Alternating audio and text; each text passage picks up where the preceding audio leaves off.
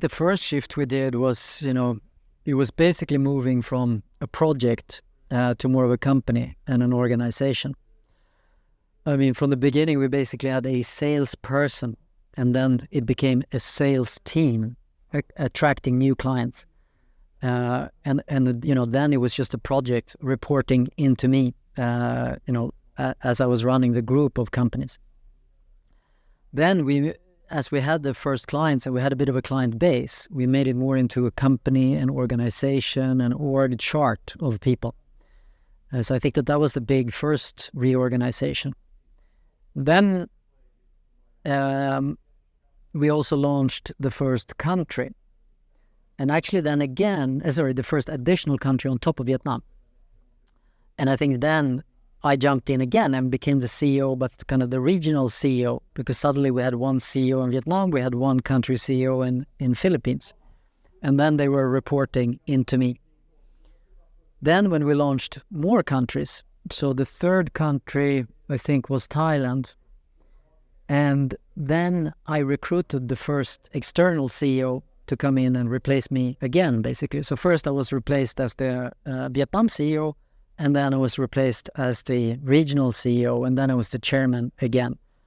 And then I recruited a CEO for running the region. And then step by step, more countries were added. I think the next one was Indonesia. Then we built out the regional organization more and more. And obviously you also build out the country organizations in parallel underneath. In our case, the regional organization plays a bit of a special role because we are selling to these big brands. They typically have a bit of a dual presence when it comes to each country. So they have presence in country, so Samsung Vietnam. Then they have Samsung Southeast Asia, maybe based in Singapore.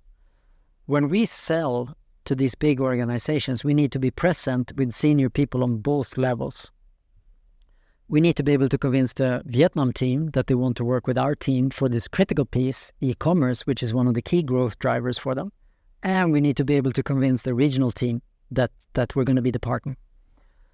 So you need to build that out in parallel. Then I think the next organizational challenge is when you need to change leadership. And we changed, in the beginning there we changed CEO to me, and then away from me, and then back to me, and then to an external CEO, and then we changed the external CEO again. So there were several iterations of changing, the key person in the company, which to me is actually a bit of a pattern that keeps repeating in all companies that I've seen from an early stage growing up. You almost always have to change the key people a number of times to make it all the way. And this is kind of a contrast to the utopian story of the founder that starts the company, builds it alone, and then takes it to the IPO and then rides off into the sunset. To me, that's an extremely rare story that I've never seen happen myself, but it probably has happened. But that's not the base case. And I think people underestimate that you actually need to build a company. You need to build the structures around the company, meaning share ownership, shareholder agreement, the board, to be able to change senior leadership, meaning the CEO and the C-level, at least once, but probably several times during that growth journey.